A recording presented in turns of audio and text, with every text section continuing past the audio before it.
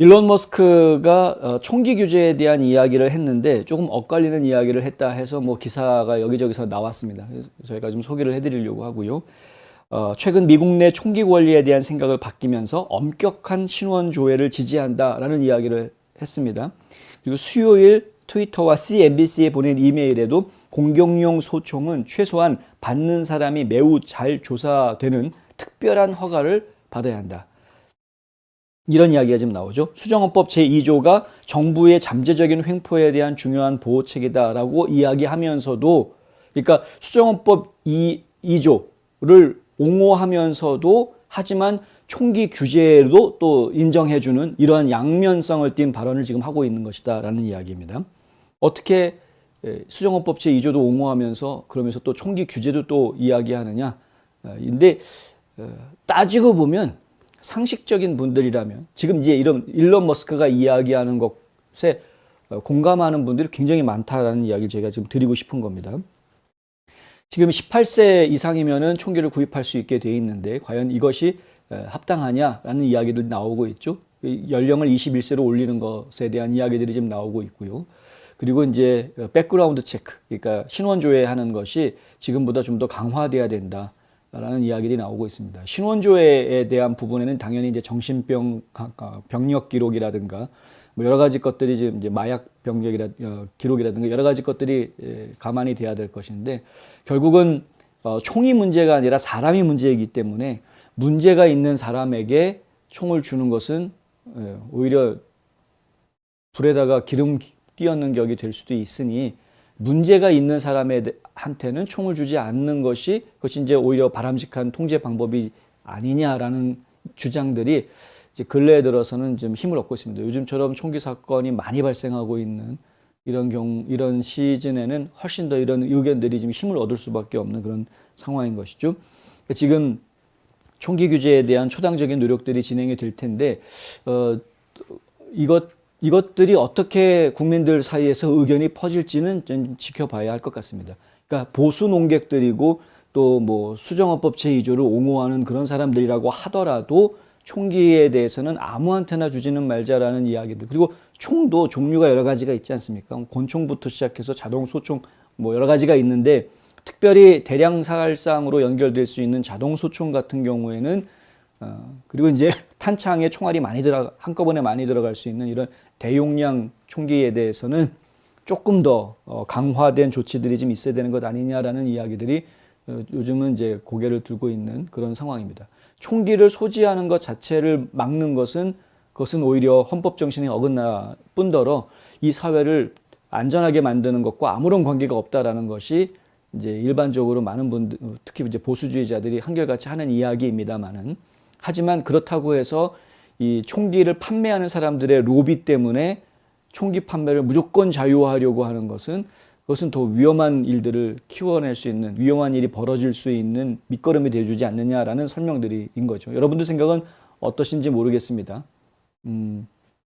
총기에다가 세금을 많이 부과하자라는 이야기도 나오고 있고요. 근데 가격 때문에 총을 못 사게 하는 것은 저희가 볼 때는 그거는 이제 합리적인 방법, 공정한 방법은 아닌 것 같고, 왜냐하면 총을 필요로 하는 것은 본인의 안전을 지키기 위해서 총을 필요로 하는 경우들이 많기 때문에 결국에는 총기를 소지하는 권한을 주었던 것은 자기 방어 차원에서 그런 권한이 주어졌던 거였으니까 총값이 비싸서 못 샀다, 내 방어를 내가 못한다, 돈이 없어서 내가 내 방어를 못한다 라는 것은 형평성에 떨어지는 거여서 세금을 붙여가지고 총기 구매를 어렵게 하겠다라는 거는 그건 이제 좀 생각의 방향이 좀 제대로 된 방향은 아닌 것 같고요.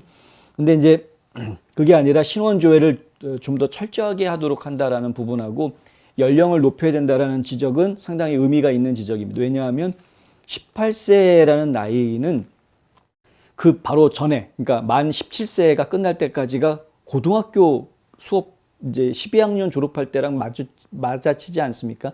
무슨 얘기냐면은 초중고등학교 과정 중에서 이 아이가 정신적으로 문제가 있는지 없는지 이런 것들을 충분히 파악하기가 만만치가 않은 것이죠. 이 아이들이 물론 그렇게 파악되는 사람도 나올 수 있겠지만 지금 총격 사건이 벌어졌던 과거의 역사들을 쭉 보면은 아이들이 어느 정도 조금씩은 정신적으로 좀 어려움을 겪고 있고 문제가 있었음에도 불구하고 그 아이들에 대해서 적절한 치료라든가 상담이라든가 이런 것들이 이루어지지 못하고 방치될 수밖에 없었던 게 뭐냐면은 그만큼 신경을 좀 덜 썼던 거였던 겁니다. 고등학교 졸업할 때까지는 그 사람이 가지고 있는 정신적인 어려움이 사회적으로 표출될 기회가 없기 때문에 이게 겉으로 드러나지 않고 사회 속에서는 감춰져 있는 거나 마찬가지죠. 그냥 학교에서 그냥 보호되는 거나 마찬가지인데 결국은 사회로 나오고 난 뒤에 본인의 이 사상이라든가 정신적인 문제가 드러나게 될 텐데 사회에 나와서 드러나기 그런 그 과정 시간 어떤 사람이 가지고 있는 문제점들이 사회 속에서 드러날 수 있는 어떤 시간을 전혀 없이 18세면은 고등학교 졸업과 동시에 총을 구할 수가 있게 되니까 지금 요번에 텍사스에서 벌어진 사건 같이 그런 이제 끔찍한 사건으로 연결될 가능성이 크다는 이야기입니다. 결론적으로 말씀을 드리면 그러면 21살로 올려놓으면 그러면은 이 아이들이 사회에 나와서 적응하는 기간 동안에 문제점들을 드러낼 수 있는 시간들이 생기고 그렇게 되면은 총기를 가질 수 있는 나이가 되기 전에 이 아이들이 그런 문제를 가지고 있는 문제가 드러나는 사람들에 대해서 통제할 수 있는 그 시간적인 여유가 생기기 때문에 사건을 좀 더 줄일 수 있는 것 아니냐 뭐 이런 이제 생각들이 요즘 이제 많이 부상하고 있는 그런 상황이다 이거죠. 그래서 나이를 좀 올리자라는 이야기 계속 나옵니다. 이제 술 같은 경우도 만 21세부터 마실 수 있다 이렇게 지정이 되어 있는 주들이 많지 않습니까? 그러니까 뭐 술이나 마약류 같은 경우도. 그러니까 결국에는 그 본인 행동에 대해서 책임을 질 수 있는 사회적인 나이를 만 21세로 보고 있는 그런 지역들이 과거에도 많이 있었기 때문에 여러 지역에서 그렇게 하고 있기 때문에 총기에 대해서도 그렇게 하는 것이 타당하다라는 지적들이 지금 나오고 있는 것이고요. 그리고 이제 운전면허처럼 프로베이션을 할 수도 있으니까요. 그러니까 뭐 다른 사람들의 보호하에서 뭐 총기를 사용할 수 있는 나이는 좀 더 낮게 잡아주되 하지만 본인이 소유할 수 있는 나이는 21세부터 이런 식으로 이제 조정할 수도 있기 때문에 이런 부분들이 좀 얘기가 좀 되고 있고요.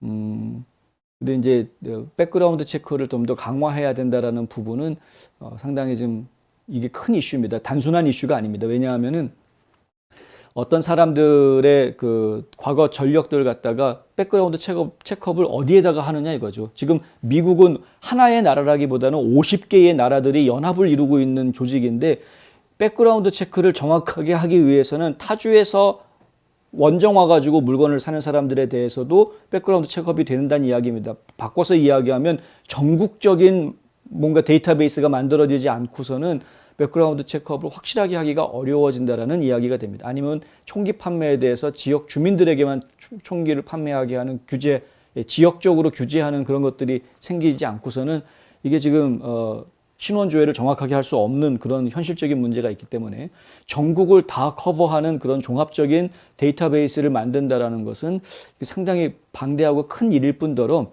일단은 각 주정부들이 거기에 동조하고 협조해 주어야 하기 때문에 일종의 협약 같은 거를 만들어서 각 주정부들이 거기에 다 들어오게끔 만들어줘야 하는 그런 부분이기 때문에 이게 사실은 쉬운 일이 아니게 됩니다. 그래서 방향성은 있으나 방향성은 충분히 사람들에게 공감을 살 수 있지만은 실질적으로 진행될 때 상당히 많은 장애물들이 좀 예상이 된다. 반발하는 주들이 나올 수가 있기 때문에 그런 것이죠.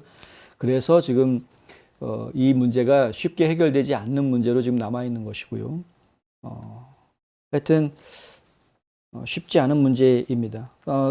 트럼프 대통령 같은 경우에는 지금 미국은 당파적인 태도가 아니라 미국이 직면하고 있는 범죄 문제에 대한 진정한 해결책이 필요하다라고 어제 트루스 소셜에다가 이야기를 했었는데 결국은 이 문제에 있어서만큼은 총기 문제를 바로잡기 위한 진정한 해결책을 찾기 위해서는 민주당, 공화당, 뭐 좌파, 보수 혹은 뭐 NRA 당 친하냐 안 친하냐 이런 거 다 떠나서 진지하게 아무것도 없이 맨바닥에서 진지하게 다시 한번 생각해야 될 때가 된 것이다. 이제 이렇게 이해할 수 있는 부분이고요.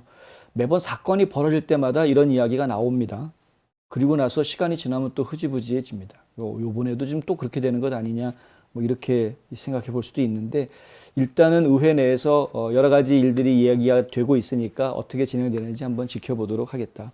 근데 이제 이렇게 오피니언 리더들이 한마디씩 해놓는 것이 그것이 이제 많은 사람들한테 울림을 가지게 되고 어떤 사회에서 많은 사람들이 그 문제에 대해서 생각하게 되는 계기를 주기 때문에 저희도 한번 소개를 해드렸습니다.